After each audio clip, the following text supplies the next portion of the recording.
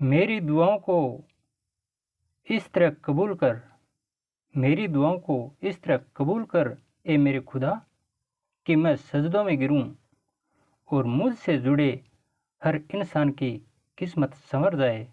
हाँ साथियों, मेरी ओर से आप सब के लिए यही दुआएं हैं मालिक से कि जो भी आप मेरे से जुड़ेंगे उन सब की किस्मत संवर जाए और आप दिन दुगुनी रात चौगुनी तरक्की करें, प्रगति करें और जो भी लक्ष्य आपने ले रखा है उस लक्ष्य में सफलता अर्जित करें। इन्हीं कामनाओं के साथ मैं एक बहुत ही महत्वपूर्ण कंपटीशन एग्जामों में जो कि बहुत ही अहम रोल अदा करता है वो विषय है गणित। और इस गणित से संबंधित, सामान्य गणित से संबंधित जो भी क्वेश्चन हमारे एग्जामों में आते हैं उनको मैं एक एक करके यहाँ अध्यायों के माध्यम से आप तक प्रेषित करने की कोशिश करूँगा। और मुझे उम्मीद ही नहीं, पूरी आशा है कि इसमें हम सबको सफलता अवश्य मिलेगी और आने वाले जो भी एग्ज़ाम हैं उनमें आप गणित में किसी प्रकार की कोई हिचकिचाहट महसूस नहीं करोगे। तो चलिए शुरुआत करते हैं एक बहुत ही महत्वपूर्ण प्रश्नावली। सबसे पहले मैं एक बात और बता देना चाहता हूँ कि ये जो भी कोई गणित में अपने आप को शून्य समझ रहा है उनके लिए ये रामबाण साबित होंगे। मेरे द्वारा बनाए गए ये पहुंचाए गए वीडियो और इनके माध्यम से आप चाहे पीछे गणित के बारे में कुछ भी नहीं जानते हो, फिर भी मैं गारंटी के साथ कहता हूँ कि आप अगर मेरे से जुड़े रहे तो गणित में आप एक दिन शीर्ष पर पहुंच जाओगे। दोस्तों, गणित में किसी प्रकार के सामान्य गणित में मैं सामान्य गणित के बारे में चर्चा कर रहा हूँ, उसमें आपको किसी प्रकार की कोई दिक्कत नहीं आएगी जीवन में। तो शून्य से शुरुआत कर रहे हैं हम, यानी आप अपने आप को बिल्कुल एक बार जीरो पर मान लीजिए और जीरो पर मान कर अगर हम चलेंगे अपने आप को तो कोई भी ऐसी चुनौती नहीं है जिसका हम आराम से सामना नहीं कर सकते। तो हम संख्या पद्धति से शुरुआत करेंगे। संख्या पद्धति जो कि गणित में सबसे पहले हमें इनके बारे में जानकारी होना बहुत ज़रूरी है। और संख्या पद्धति में आखिर क्या होते हैं, इन सब पहलुओं पर हम चर्चा करेंगे। तो सबसे पहले तो देखिए, संख्या विभिन्न अंकों का समूह है जिसे इकाई, दहाई, सैकड़ा, हज़ार, 10,000, लाख, 10 लाख इस प्रकार हम पढ़ते हैं। तो के स्थान पर रखने से जो पद प्राप्त होता है, इनको अंकों को इकाई, दहाई, सैकड़ा, हज़ार, 10,000, लाख, 10 लाख इस प्रकार क्रम से रखने पर जो पद प्राप्त होता है उसे हम संख्या कहते हैं। संख्या एक अवधारणा है जिसके आधार पर अंकों को निरूपित किया जाता है, अंकों को व्यवस्थित किया जाता है। संख्या कई अंकों से मिलकर बनती है, ये तो हमें पता ही है। जैसे 1, 2 ये एक संख्या हो गई, 12, 2, 1 ये भी संख्या हो गई, 21। अन्य संख्याएं भी इसी प्रकार से निरूपित की जाती हैं। 0 से लेकर 9 तक कुल 10 अंक होते हैं और उन्हीं अंकों का प्रयोग करते हुए हम संख्या बनाते हैं, छोटी संख्याएं, बड़ी संख्याएं किसी भी तरीके से, लेकिन 0 से लेकर 9 तक अंकों का प्रयोग करते हैं। चलिए, संख्या के बाद हम स्थानीय मान से संबंधित प्रश्न कई बार पूछते हैं, इनकी जानकारी अर्जित कर लेते हैं। किसी संख्या में कोई भी अंक जिस स्थान यानी इकाई, दहाई, सैकड़ा, हज़ार, 10,000, लाख जो भी है पर होता है वह उस अंक का स्थानीय मान कहलाता है। हम स्थानीय मान के बारे में वैसे जानते हैं, फिर भी मैं चर्चा कर लेता हूँ। जैसे 3214 या 3214, इसमें चाहे कोई भी संख्या है, 4 का स्थानीय मान ज्ञात करना है, 1 का स्थानीय मान ज्ञात करना है, 2 का स्थानीय मान ज्ञात करना है, 3 का स्थानीय मान ज्ञात करना है। तो 4 का स्थानीय मान ज्ञात करने के लिए 4 के दाएं तरफ देखिए कितने अंक हैं, उतने शून्य लगा दीजिए। 4 के दाएं तरफ है, कोई अंक नहीं है तो शून्य नहीं लगाना हमें, यानी इकाई के स्थान पर है। ये इकाई के स्थान पर क्या है? 4, यानी अकेला रहेगा, तो 4 हो गया। फिर 1 का स्थानीय मान, तो 1 का स्थानीय मान ज्ञात करने के लिए 1 लिखो। 1 के दाएं तरफ अंक कितने हैं? सिर्फ 1 अंक है, कौन सा? 4। तो 4 नहीं लिखना है हमें, 1 अंक है तो 1 शून्य लिखना है, 0 लिखना है। तो 1 के आगे 1 0 लगा दिया, यानी 10 हो गए। फिर देखिए इकाई दहाई, इकाई की जगह 4, दहाई की जगह 1 और सैकड़े की जगह 2। फिर 2 का स्थानीय मान, 2 का स्थानीय मान ज्ञात करने के लिए 2 लिखिए। 2 के आगे कितने अंक हैं? 2 के आगे 1 और 4, 2 अंक हैं, तो यहाँ 2 शून्य लगा दीजिए। 2 के आगे 2 शून्य लगा दीजिए, ये 2 का स्थानीय मान आ गया। फिर 3 का स्थानीय मान ज्ञात करने के लिए 3 के आगे कितने अंक हैं? 1 2 3, 3 के आगे 3 अंक हैं, तो 3 शून्य लगा दीजिए। इस प्रकार है 3000। 4 का स्थानीय मान 4, 1 का दहाई यानी 10 और 2 का 200, 3 का 3000। कहने का मतलब है स्थानीय मान ज्ञात करने के लिए जितने भी उस अंक से, यानी जिस अंक का स्थानीय मान हम ज्ञात कर रहे हैं उस अंक के ठीक दाएं तरफ जितने भी अंक हैं उतने शून्य लगा दीजिए, वो उसका स्थानीय मान होगा।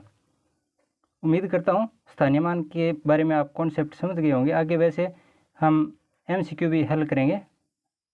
आगे हम चर्चा करते हैं जातीय मान के बारे में। स्थानीय मान और संख्या। संख्या यानी अंकों को व्यवस्थित रूप से लिखना।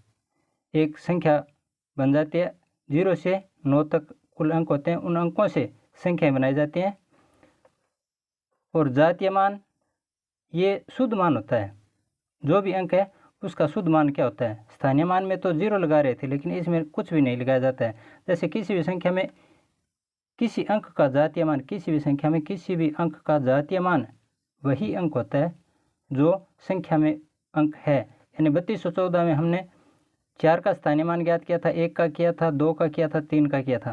3214 में 4 का स्थानीय मान कितना था? 4, 1 का 10, 2 का 200 और 3 का 3000। लेकिन यहाँ हमें शून्य नहीं लगाने हैं, 4 की जगह 4, 3 की जगह 3।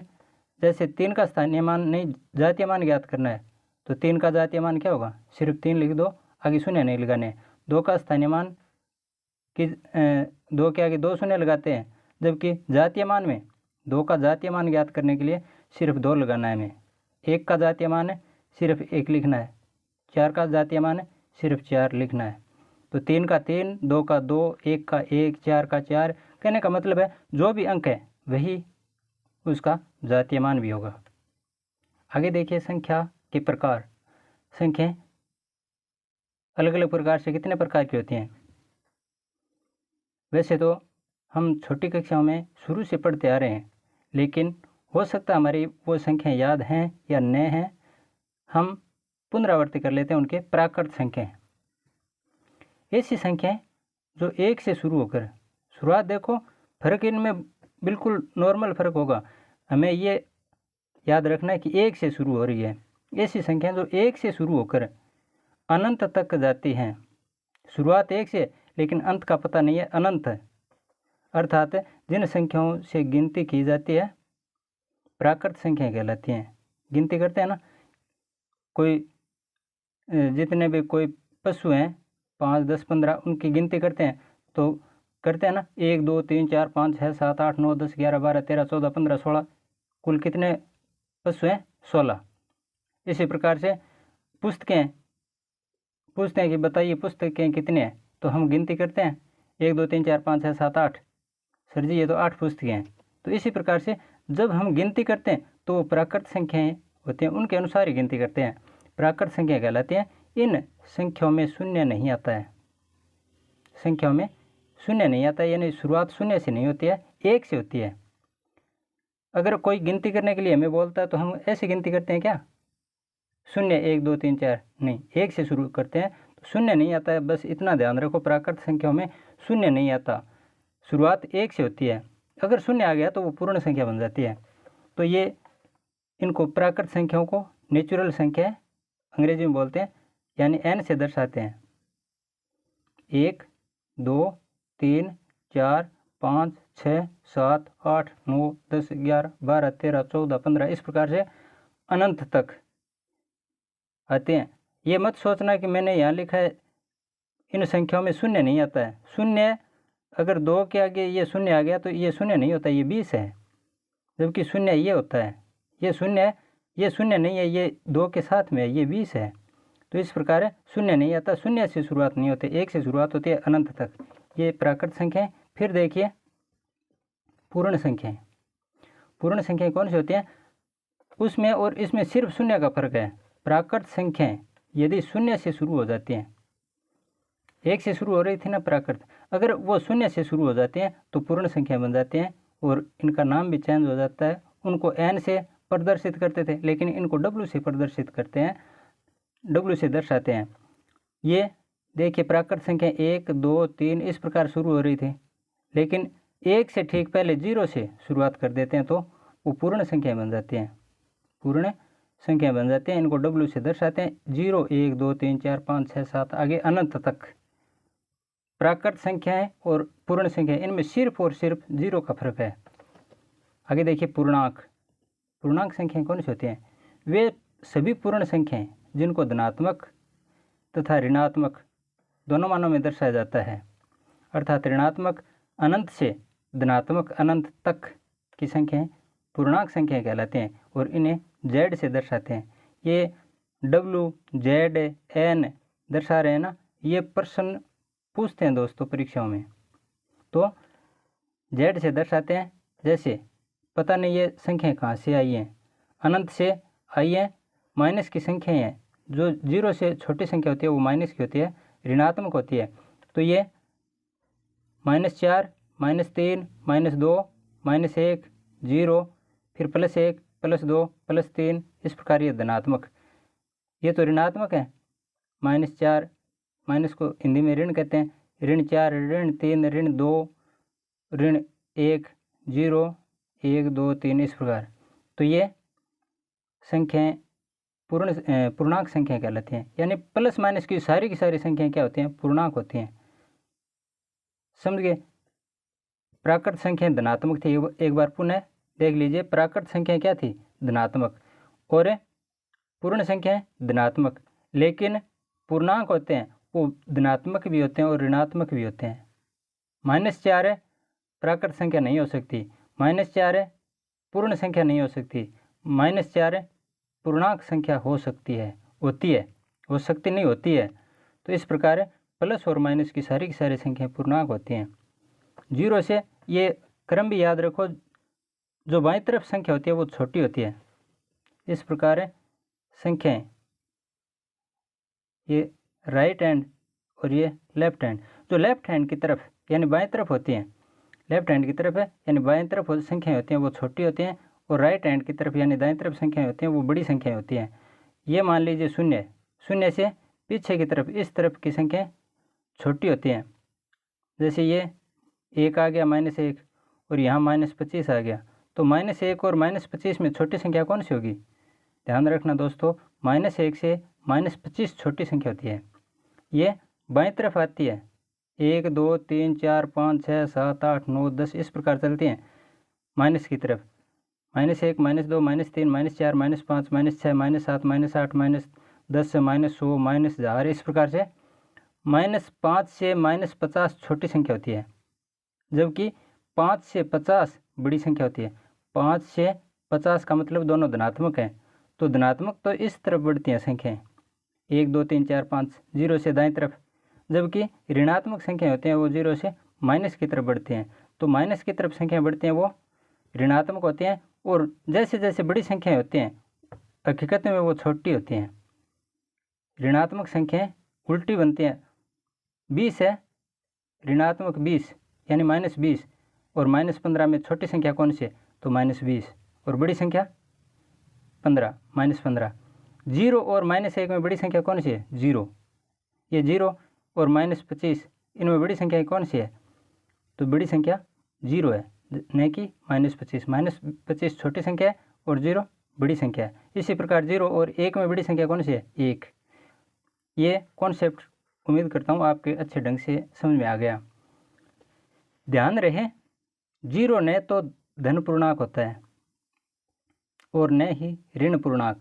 ये हमने अभी जीरो के बारे में पढ़ा है। जीरो न तो धनात्मक है न ऋणात्मक होता है, क्योंकि जीरो के माइनस की तरफ बाईं तरफ ऋणात्मक होते हैं, दाईं तरफ धनात्मक होते हैं, लेकिन जीरो न तो धनात्मक और न ऋणात्मक। आगे देखिए चौथी संख्याएं, भाज्य संख्याएं जिनको यौगिक संख्याएं भी कहते हैं और संयुक्त संख्याएं भी कहते हैं। यानी भाज्य संख्या, यौगिक संख्या, संयुक्त संख्या, ये कौन सी होती हैं?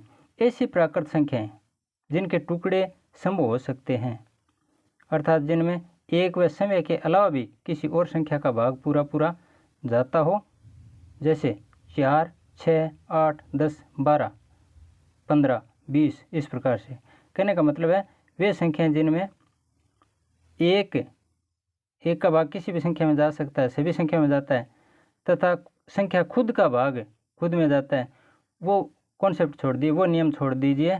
बाकी अन्य कोई भी संख्या है, चाहे 2 है, 4 है, 5 है, कुछ भी है, अन्य संख्याओं खुद के और एक के अलावा भी अन्य संख्याओं का भाग जाता है, तो वे सारी की सारी भाज्य संख्याएं या संयुक्त संख्याएं या यौगिक संख्याएं कहलाती हैं।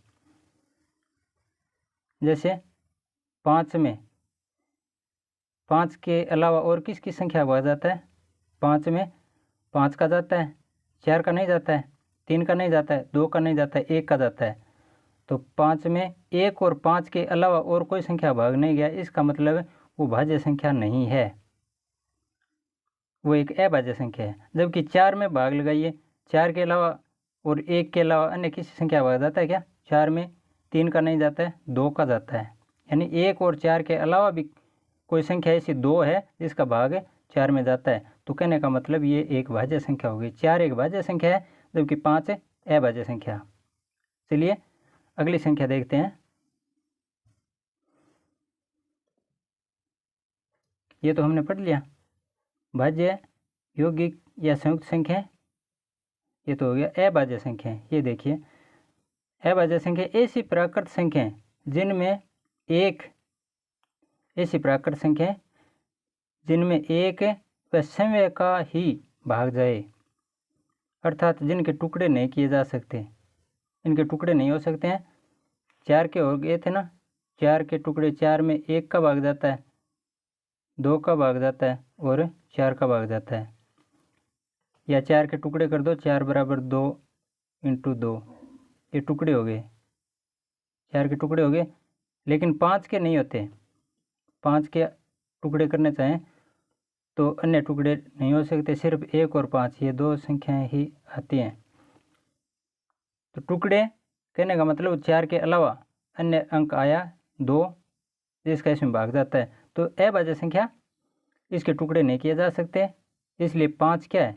5 एक अभाज्य संख्या है, क्योंकि 1 और खुद के अलावा अन्य किसी संख्या भाग नहीं जाता। इसी प्रकार के अन्य संख्याएं जैसे 2 है, 2 में अन्य किसी संख्या भाग नहीं जाता, 3 में नहीं जाता, 5 में नहीं जाता, 7 में नहीं जाता, 11 में नहीं जाता, 13 में नहीं जाता, 17 में नहीं जाता। तो बताइए आप एक बार, 9 क्या है? 9 भाज्य है या अभाज्य है? कन्फ्यूज मत हो ना, यह है एक भाज्य संख्या है, क्योंकि इसमें 3 का भाग जाता है, 3 × 3 बराबर 9। तो इस प्रकार 9 एक क्या है? भाज्य संख्या, न कि अभाज्य। नोट यहाँ एक न तो भाज्य और न ही अभाज्य। हाँ, एक को छोड़ दीजिए, एक है। ये प्रश्न बहुत बार आया, बहुत इंपॉर्टेंट प्रश्न है दोस्तों, कि एक बताइए एक भाज्य संख्या है या अभाज्य? तो यह न तो भाज्य है और न ही अभाज्य संख्या। ये हमेशा याद रखना जीवन में कि एक न तो भाज्य है और न ही अभाज्य संख्या। अगला प्रश्न देखिए। कुछ अन्य तथ्य हैं जो हमें हमेशा याद रखने चाहिए। सबसे छोटी अभाज्य संख्या कौन सी होती है? 2। सीधा सा याद रखना है, सबसे छोटी संख्या 2 होती है, 2 से छोटी 1 होती है। लेकिन अभी हमने पढ़ा है कि एक न तो भाज्य और न ही अभाज्य संख्या, तो 1 के बाद कौन सी संख्या है? 2। तो कहने का मतलब सबसे छोटी अभाज्य संख्या 2 है, और यही एकमात्र सम संख्या है। साथ में तो अभाज्य और साथ में सम भी है, तो सबसे छोटी सम संख्या कौन सी है? 2, जो अभाज्य होती है, और साथ में ये अभाज्य भी है। 3 सबसे छोटी विषम अभाज्य संख्या है। सम अभाज्य संख्या कौन सी है? सबसे छोटी 2, जबकि विषम कौन सी है? 3। सम और विषम ये भी आपको हमेशा जीवन में याद रखना चाहिए। सम कौन सी संख्याएं होती हैं वैसे तो आगे मैं बता दूंगा। जिसमें 2 का भाग पूरा पूरा जाता है वो सम संख्याएं होती हैं, और जिसमें 2 का भाग पूरा पूरा नहीं जाता है वे विषम संख्याएं होती हैं। तो 3 सबसे छोटी विषम संख्या है। 4 सबसे छोटी भाज्य संख्या है जो कि सम भी है। अब देखिए हमने प्राकृत संख्या ज्ञात की अभी पढ़ी है। प्राकृत संख्या सबसे छोटी कौन सी प्राकृत संख्या होती है? 1। और सबसे छोटी पूर्ण संख्या कौन सी होती है? 0। याद रखना हमेशा, सबसे छोटी प्राकृत संख्या 1, सबसे छोटी पूर्ण संख्या 0, सबसे छोटी सम संख्या 2, सबसे छोटी विषम संख्या 3, और सबसे छोटी भाज्य संख्या इसके बारे में भी हम पढ़ चुके हैं 4, क्योंकि 2 और 3 ये नहीं तो ये भाज्य नहीं है, अभाज्य संख्या है। 2 अभाज्य संख्या, 3 अभाज्य संख्या। तो इस प्रकार ये अलग से प्रश्न नहीं आएंगे, बस यही पूछेंगे परीक्षाओं में यही सवाल पूछे जाते हैं कि सबसे छोटी सम संख्या कौन सी है, सबसे छोटी विषम संख्या कौन सी है, सबसे छोटी प्राकृत संख्या कौन सी है, सबसे छोटी पूर्ण संख्या कौन सी है, इस प्रकार से। तो सबसे छोटी भाज्य संख्या 4 है दोस्तों, और साथ में यह सम संख्या भी है क्योंकि इसमें 2 का भाग जाता है। आगे देखिए अगला तथ्य क्या है? 9 सबसे छोटी विषम भाज्य संख्या। अब विषम संख्याएं होती हैं सम और विषम। विषम संख्याएं होती हैं उनमें सबसे छोटी भाज्य संख्या कौन सी है? 9। आप खुद देख लीजिए, 3 विषम संख्या, फिर 5 विषम संख्या, फिर 7 विषम संख्या, फिर 9 विषम संख्या, यही तो है जिनमें 2 का भाग पूरा पूरा नहीं जाता, ये विषम संख्या है।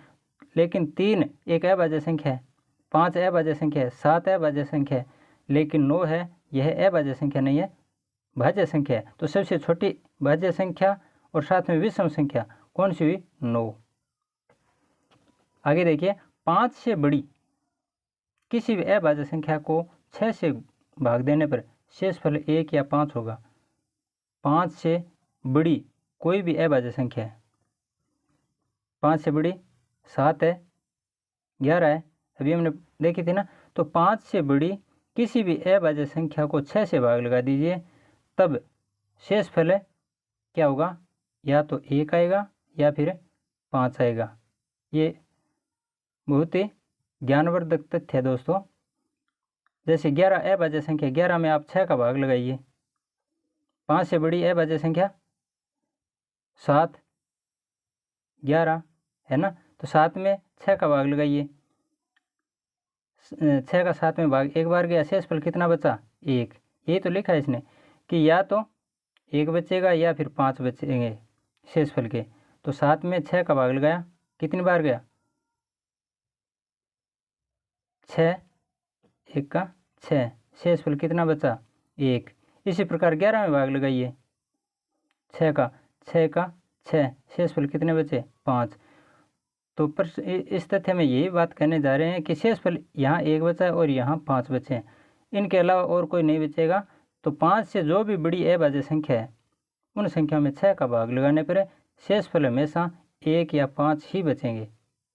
आगे देखिए 5 या 5 से बड़ी अभाज्य संख्या, यहाँ तो 5 से बड़ी, लेकिन यहाँ 5 या 5 से, 5 साथ में है, यहाँ 5 या 5 से बड़ी अभाज्य संख्या के वर्ग को, इनका वर्ग है उसको 12 से भाग देने पर, यहाँ 6 का भाग दिया था लेकिन यहाँ 12 का भाग दिया जा रहा है, 12 का भाग देने पर शेषफल हमेशा 1 होगा। 6 का भाग देने पर शेषफल 1 या 5 आ रहा था, लेकिन 12 का भाग लगाने पर हमेशा शेषफल 1 रहेगा। लेकिन कौन सी संख्या होगी? वो 5 या 5 से बड़ी अभाज्य संख्या का वर्ग। जैसे 5 से बड़ी अभाज्य संख्या कौन सी? 7।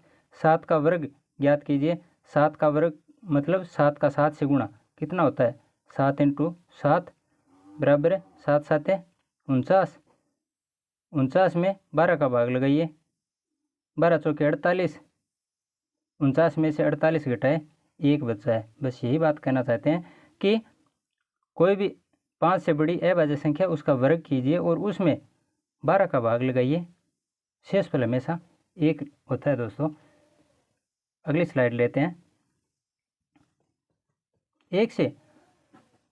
और हाँ दोस्तों, बीच में मैं थोड़ा बता देना चाहता हूँ, अगर आपको मेरे द्वारा दी गई जानकारी में थोड़ा सा भी कुछ सकारात्मक बिंदु लगे तो लाइक और शेयर तो कर दिया करो दोस्तों।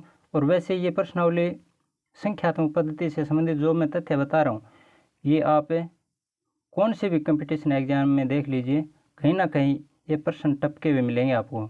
और रीट मेंस है उसमें भी ये प्रश्नावली विशेष रूप से, रीट में भी ये प्रश्नावली विशेष रूप से दोस्तों बहुत ही इंपॉर्टेंट प्रश्नावली है 3rd ग्रेड के लिए। जो फर्स्ट लेवल वाले हैं ना, फर्स्ट लेवल वाले 3rd ग्रेड की जो प्रिपरेशन कर रहे हैं, तैयारी कर रहे हैं, उनके लिए भी ये बहुत इंपॉर्टेंट क्वेश्चन है।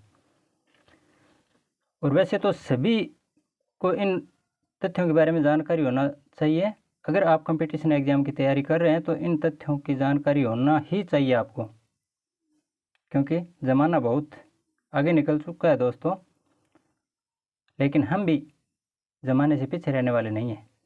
हमें हमेशा सकारात्मक सोच रखनी चाहिए, और सकारात्मक सोच रखनी चाहिए इसके लिए मैं जुड़ चुका हूँ आपसे, और आप भी मेरे से जुड़िए।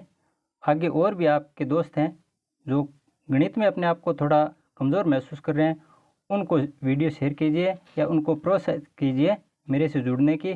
मैं गारंटी के साथ कहता हूँ कि वो जीवन में गणित में ये बात कभी नहीं कहेंगे कि मैं कमज़ोर हूँ। चलिए, 1 से 50 तक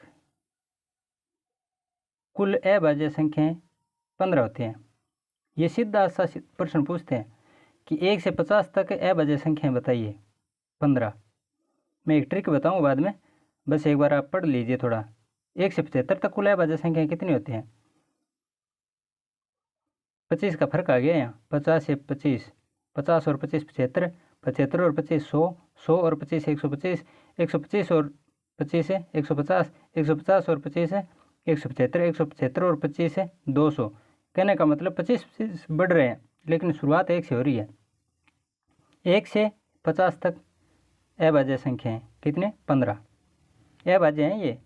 1 से 75 तक अभाज्य संख्या 21, 1 से 100 तक कुल अभाज्य संख्या 25, और 1 से 125 तक अभाज्य संख्या 30, 1 से 150 तक कुल अभाज्य संख्या 35, 1 से 175 तक कुल अभाज्य संख्या 40, और 1 से 200 तक कुल अभाज्य संख्या 46।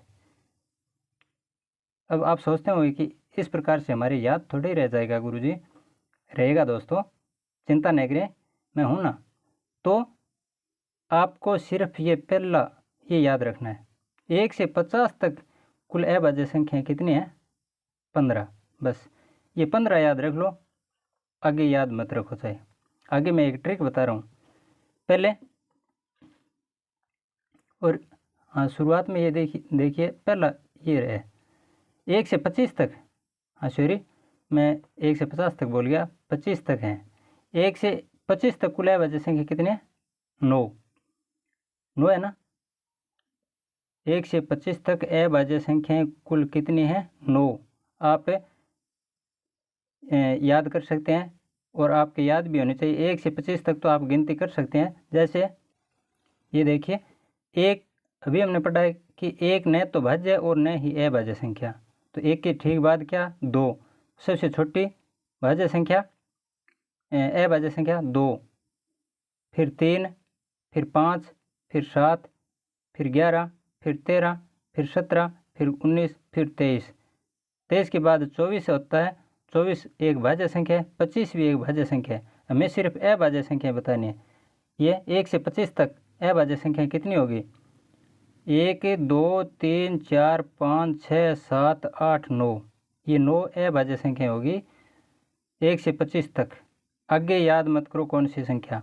तो 2 3 5 7 11 13 17 19 23 कुल मिलाकर 9 अभाज्य संख्याएं 1 से 25 तक।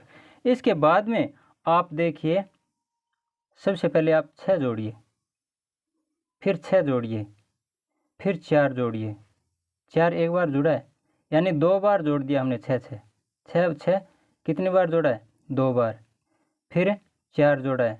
आगे 5 5 5 5 5 जोड़ दिया और अंत में फिर 6 जोड़ दिया। अब ये जोड़ कैसे, 4 5 6 में घूम रही है कहानी। 4 हमने एक बार जोड़ा है, वो भी तीसरी बार। सबसे पहले 6 जोड़ा और अंत में 6 जोड़ा। ट्रिक है ये। सबसे पहले तो हमने 1 से 25 तक संख्या ज्ञात कर ली। अवजय संख्या कितनी होती है, 9। ये 9 लिख दिया। अब 1 से 50 तक पूछें तो इसमें 6 जोड़ दो, 9 6 15, 15 होगी 1 से 50 तक। फिर आगे 1 से 75 तक पूछें तो फिर 6 जोड़ दो, 15 और 6 21। तो यहाँ देखो कितने हैं, 21। 1 से 75 तक 21। फिर आगे 75 में 25 और जोड़ दिए। 1 से 100 तक संख्या, अभाज्य संख्या कितनी होती है, 4 जोड़िए यहाँ, कितने 4। तो कुल कितने हो गए, 1 से 100 तक अभाज्य संख्या 25 होगी। फिर आगे 5 5 5 इस प्रकार जोड़ने हैं। देखिए 25 में 5 जोड़े 30, फिर 5 जोड़े 35, फिर 5 जोड़े 40 और यहाँ 25 25 आगे बढ़ रहे हैं। ये तो क्रम से मैंने शुरू में बता दिया था आपको, 25 25 बढ़ रहे हैं। तो इस प्रकार है। सबसे पहले 9 वाली याद रख लेना, फिर 6 जोड़ना, फिर 6 जोड़ना, 2 बार जोड़ दिया। तीसरी बार है 4 जोड़ना है हमें, 6 नहीं जोड़ना है। और आगे लगातार फिर 5 5 जोड़ते जाइए, अंत में 6। यहाँ देखिए 3 बार 5 आया है, 3 बार 6 आया है, 4 सिर्फ एक बार आया है। शुरुआत में 9 अभाज्य संख्या जो कि हमें याद होनी चाहिए, ये मैंने बता दी 2 से 23 तक। अब 6 जोड़ो दूसरी बार, फिर 6 जोड़ो तीसरी बार, अंत में 6। शुरू में 6 अंत में 6 जोड़ना और लगातार है ये। शुरू में 6 6 जोड़े ना, 9 में 6, 9 6 15, 15 6 21, 2 बार 6 आ गया। तीसरा 6 है वो अंत में जोड़ना है, बस इतना याद रखो। शुरू में 2 6 जोड़ने, अंत में 6 जोड़ना, 3 6 हो गए, 6 का काम तमाम। और फिर लगातार क्रम से 4 5 आते हैं ना, तो 4 जोड़िए, फिर 5 5 5 इस प्रकार 3 बार 5, 3 बार 6, 4 सिर्फ एक बार जोड़ना है। और जोड़ने किस में, 9 में। तो इस प्रकार 1 से 200 तक कुल कितनी संख्याएं होती हैं, ये बीच में से प्रश्न उठा लेते हैं। 1 से 75 तक, 1 से 100 तक, 1 से 150 तक, 1 से 175 तक, किसी भी तरीके से पूछें, आपको घबराने की कोई आवश्यकता नहीं है। ये ट्रिक बना लेनी है 25 25 के हिसाब से। ये 25, ये 50, ये 100, ये 125, 150, 175, 200 इस प्रकार है ना। दोबारा देखिए 25 50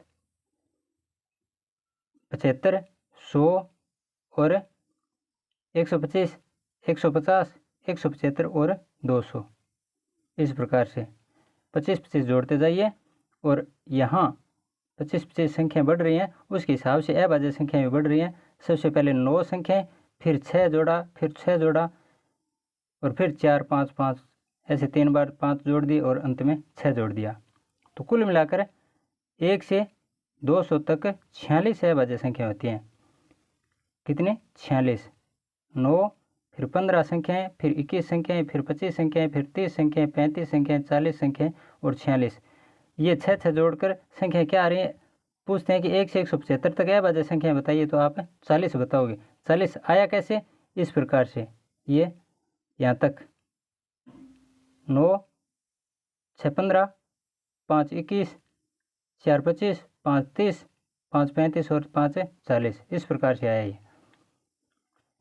चलिए आगे बढ़ते हैं। असहभाज्य संख्याएं, जब दो प्राकृत संख्याओं का में से एक हो तो वे दोनों असहभाज्य संख्या कहलाती हैं। जैसे 2,5 3,7 4,9। कहने का मतलब है महत्तम समापवर्तक जिनका एक हो, ऐसी दो प्राकृत संख्याएं जिनका महत्तम समापवर्तक एक होता है। कहने का मतलब उनके गुणनखंड मिलते नहीं हैं, तो उनका में से एक होता है और वे संख्याएं असहभाज्य कहलाती हैं। असहभाज्य, लेकिन जोड़ा है ये दो संख्याओं का, दो संख्याएं जिनका में से एक हो वो असहभाज्य संख्या कहलाती हैं। अगला प्रश्न देखिए, सम संख्याएं वे संख्याएं जिनमें 2 का भाग पूरा जाता है, जिनके इकाई का अंक 0, 2, 4, 6, 8।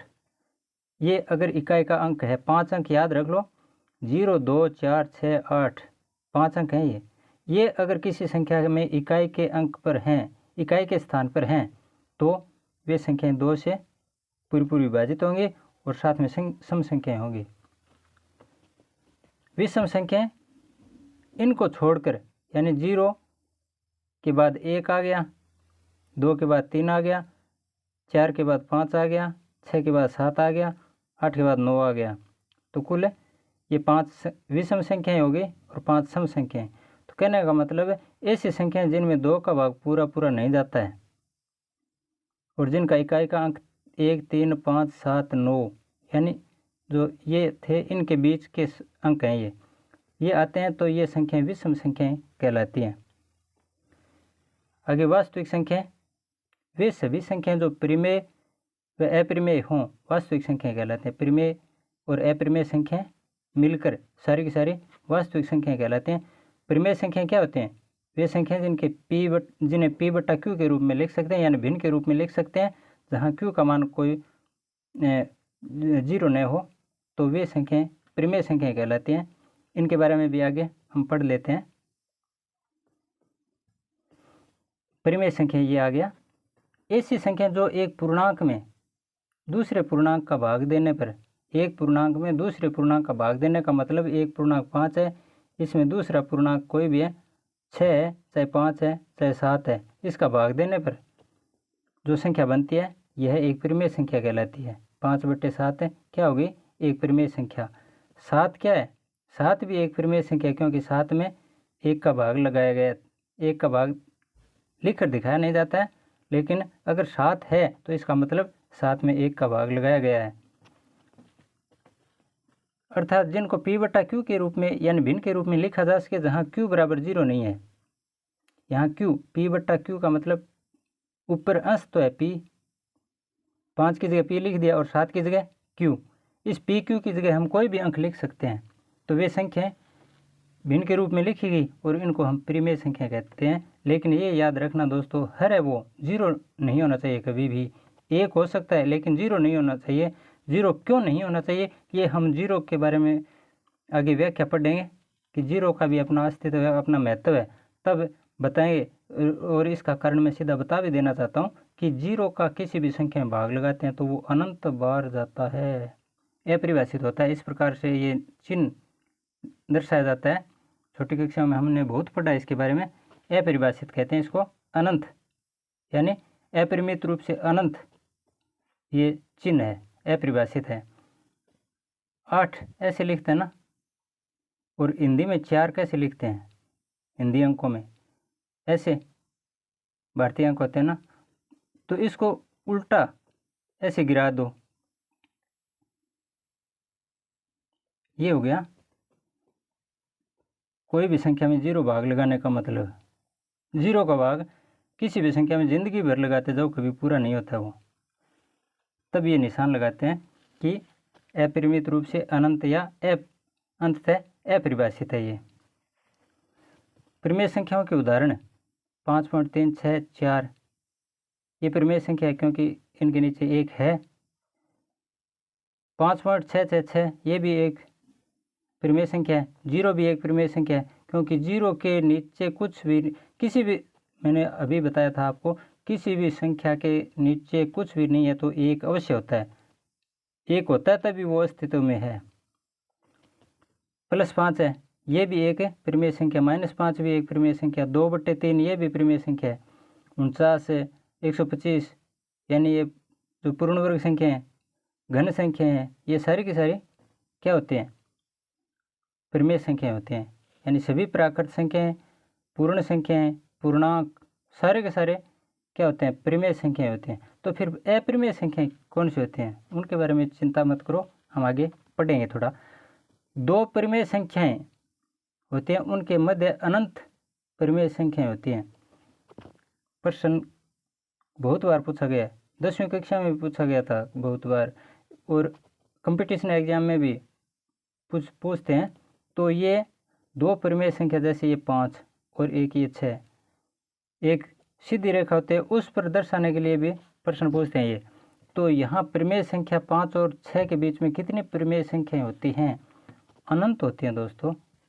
ये मत सोचना कि इनके बीच में कोई परिमेय संख्या नहीं है, 5 और 6 सीधे आ गए तो इनके बीच में कोई परिमेय संख्या नहीं, बहुत होती हैं। पॉइंटों में संख्या ये बताई है ना मैंने शुरुआत में, 5.364, इस प्रकार 5.1, 5.2, 5.3, 5.100, 5.505 कैसे भी लिख दो, यानी अनंत है। 5 से 6 के बीच कितनी परिमेय संख्या है? अनंत। हम गिनती नहीं कर सकते, इतनी परिमेय संख्याएं हैं। आगे देखिए, दो परिमेय संख्याओं का गुणनफल या योग सदैव एक परिमेय संख्या होती है। अगर दो परिमेय संख्या हैं जैसे 5 और 6, दो परिमेय संख्या हैं, इनका गुणनफल क्या होगा? 6 5 30, तो यह भी एक परिमेय संख्या है। दो परिमेय संख्याओं का गुणनफल हमेशा परिमेय संख्या होती है। इसी प्रकार योग कर दो, वो भी एक परिमेय संख्या होगी। जैसे 5 और 6, 5 प्लस 6 कितने होते हैं? 11, तो 11 भी एक परिमेय संख्या है। भाग कर दो 5/6, ये भी एक परिमेय संख्या है। तो दो संख्याओं का गुणनफल हो, चाहे योग हो चाहे भाग हो, ये सारी की सारी परिमेय संख्याएं होती हैं। आगे अपरिमेय संख्याएं। अब सारी परिमेय संख्या बता दी, तो फिर अपरिमेय संख्या कौन सी बची हैं? ये देखिए, इसमें ऐसी संख्याएं जिनको P/Q के रूप में यानी भिन्न के रूप में नहीं लिख सकते, उनको तो लिख सकते थे लेकिन यहाँ नहीं लिख सकते, अपरिमेय संख्याएं कहलाती हैं। और ये भी दो प्रकार के होते हैं, एक तो बीजीय अपरिमेय और एक संख्यात्मक अपरिमेय। बीजीय अपरिमेय संख्याएं जैसे पाई का मान हम पढ़ते हैं ई है, ये बीजीय अपरिमेय यानी बीज ABCD वाले जो मान आते हैं वे बीजीय मान होते हैं। 1 2 3 4 वाले संख्यात्मक मान होते हैं। तो ये तो बीजीय अपरिमेय संख्याएं। और संख्यात्मक अपरिमेय संख्याएं कौन सी होती हैं? वे परिमेय संख्याएं जिनका मान संख्यात्मक हो, संख्यात्मक अपरिमेय संख्या कहलाती हैं, जिन्हें P/Q के रूप में नहीं लिखा जा सकता। जैसे ये देखिए 1.2 1 3 0 4 5 0 6 7 8 0 0 9 1, इस प्रकार से ये लगातार आगे 3 ये रोटेड लाइनें खींची गई हैं। इसका मतलब है अनंत है, पूरा नहीं हो सकता ये भाग कभी जीवन में। तो ये संख्याएं अपरिमेय।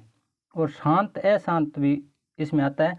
शांत परिमेय संख्याएं, अपरिमेय संख्याएं, अशांत परिमेय संख्याएं दो प्रकार की होती हैं। तो अगर कोई संख्या है जैसे 1.676767 इस प्रकार, तो इसको शांत किया जा सकता है। ये क्रम 67 है, ये लगातार आ रहा है क्रम से, तो इसको 1.67 ऊपर बार का निशान लगाकर 1.67 बार ऐसे लगाकर शांत किया जा सकता है। तो ये शांत अशांत का भी कॉन्सेप्ट होता है, लेकिन हमें अपरिमेय संख्याओं के बारे में फिलहाल जानना है। तो √2, √3, √5, √7 या π/3 पाई, ये पाई का मान कितना? 3.14159 और आगे ये रोटेड लाइन है। तो इस प्रकार अनंत 3.14159 अनंत तक ये पाई का मान है। ये भी अपरिमेय संख्या, √2 अपरिमेय संख्या, √3 अपरिमेय संख्या, √5 अपरिमेय संख्या, √7 अपरिमेय संख्या। तो इस प्रकार के सीधा पूछते हैं सवाल में, ज़्यादा चिंता मत करना कि कैसे पूछते हैं। ये सवाल में सीधा पूछेंगे बताइए √2 किस प्रकार की संख्या है, तो वह एक अपरिमेय संख्या। या अपरिमेय संख्या का उदाहरण निम्न में से कौन सा है? √2, √4, √9, √16 इस प्रकार से लिख दिया तो √2 क्या होगा? अपरिमेय संख्या। एक अपरिमेय संख्या तथा एक परिमेय संख्या। एक तो परिमेय, एक अपरिमेय संख्या का गुणनफल या योग हमेशा एक अपरिमेय संख्या होगी। परिमेय संख्या का योग हमने पहले किया था, परिमेय संख्या ही होता है। दो परिमेय संख्याएं होती हैं, तो उनका योग हो चाहे गुणनफल हो चाहे भाग हो, परिमेय संख्याएं होती हैं। लेकिन एक अपरिमेय और एक परिमेय अगर इस प्रकार मिल जाते हैं तो गुणनफल हमेशा अप्रमेय संख्या ही होता है दोस्तों। अगर एक प्रमेय और एक अप्रमेय संख्या, एक प्रमेय और एक अप्रमेय, तब यानी दोनों एक जैसे नहीं है। आगे देखिए अवास्तविक संख्या, ये प्रमेय अप्रमेय ये तो होगी वास्तविक संख्याएं, जबकि अवास्तविक संख्याएं कौन सी होती हैं?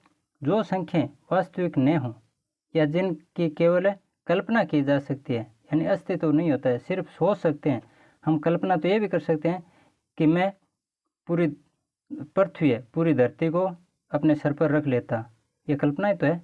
मैं सूर्य को अपने हाथ में ले लेता, ये कल्पना ही है।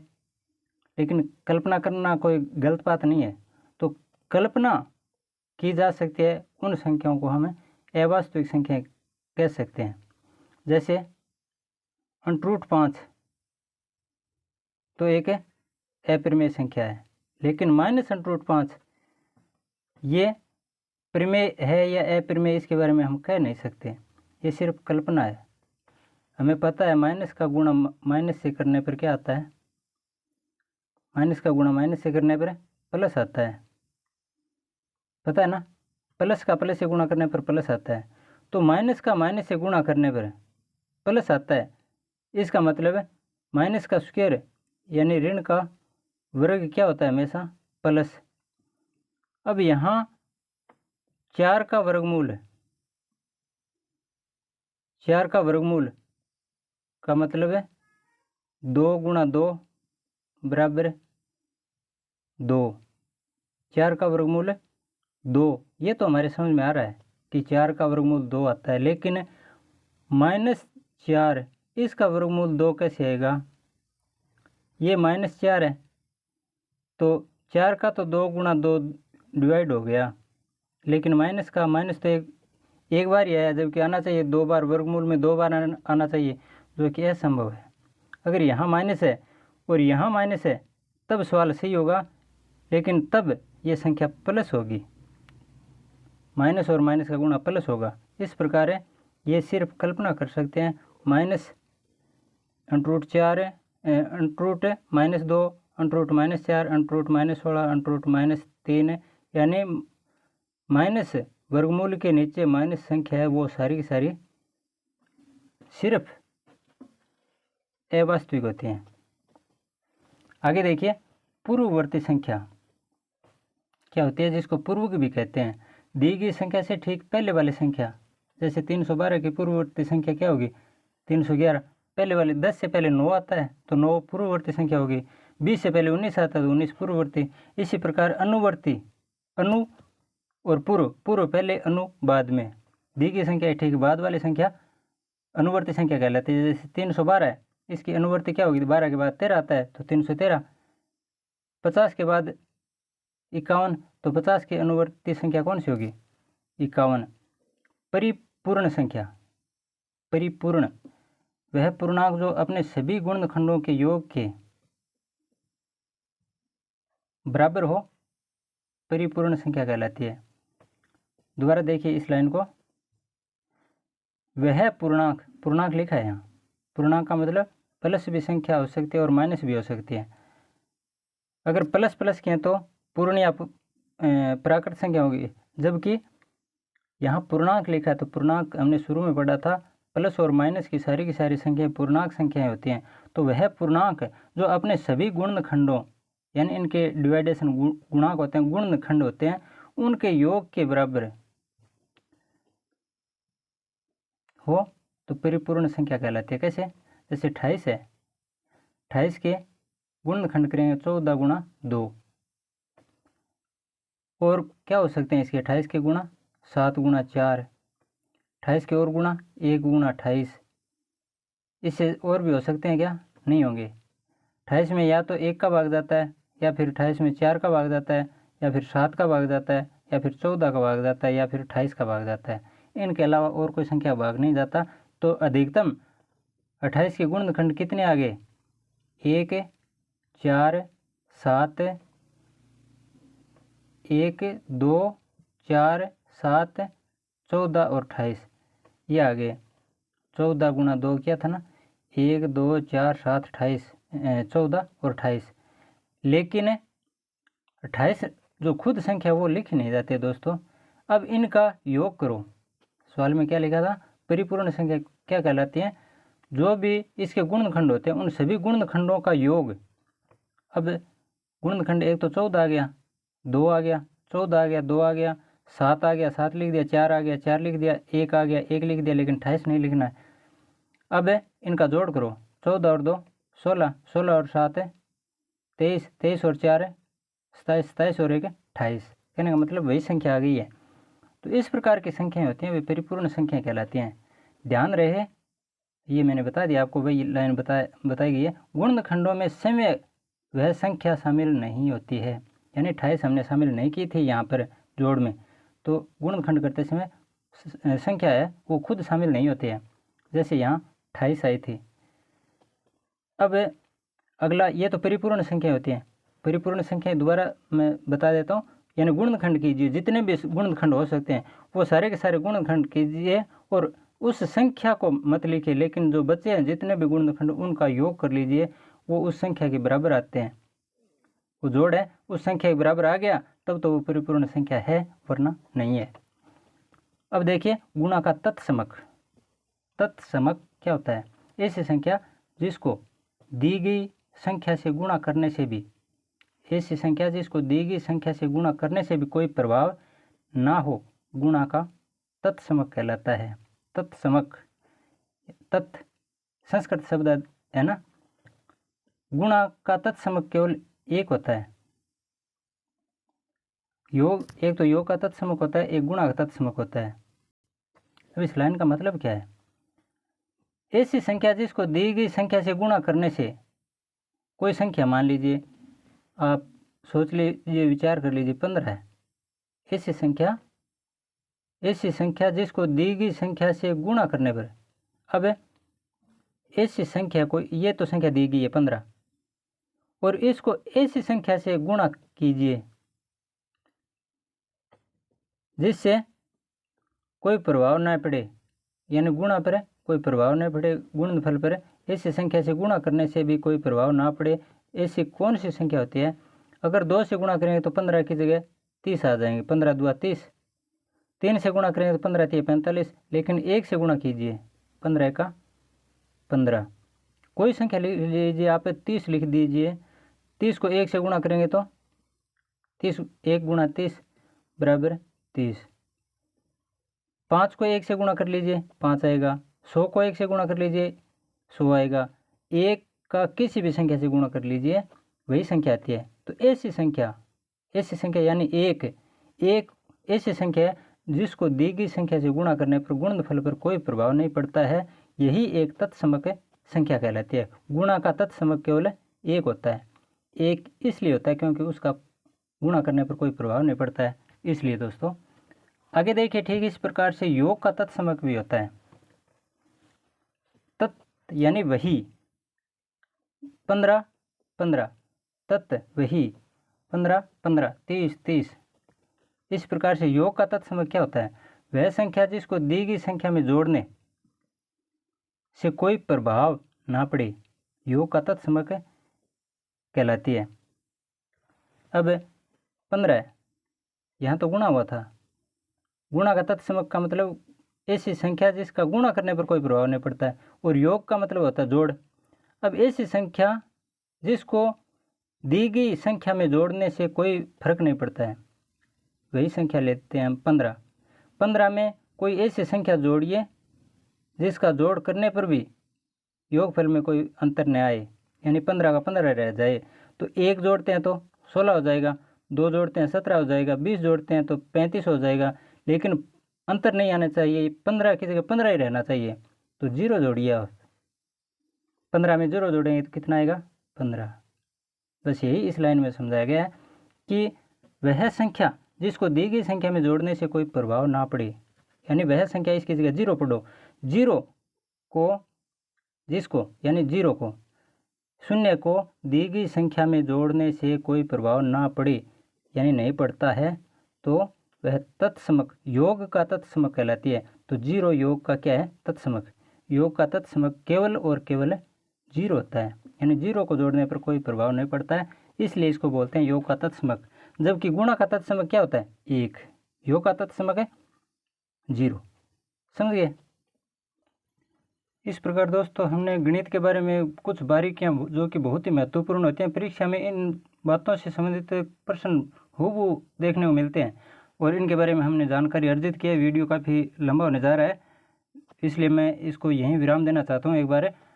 और हाँ, ये दोस्तों किसी भी कंपटीशन के लिए आपके लिए बहुत ही इम्पोर्टेंट जानकारियाँ हैं और यहाँ से अगर आपने समझ लिया, चाहे परीक्षा में प्रश्न आए या न आए, लेकिन गणित अगर आपको पढ़ना है तो इन तथ्यों के बारे में जानकारी होना बहुत ज़रूरी है। भविष्य में जीवन में ये जो मैंने एक एक बात बताई है, ये बहुत ही इम्पोर्टेंट अपना अहम रोल हमारे जीवन में अदा करती हैं दोस्तों। तो इसलिए आपके चाहे सिलेबस में हो या न हो, लेकिन इन बातों के ऊपर हमें गौर अवश्य करना चाहिए। इन तथ्यों की जानकारी होना ज़रूरी है। खैर, कल मैं आगे भाजकता से संबंधित जो नियम है, भाजकता के नियम, शून्य का महत्व, इनके बारे में वैसे बताना तो आज ही चाहता था, लेकिन कल के वीडियो में बताऊंगा। तब तक के लिए जय हिंद, धन्यवाद।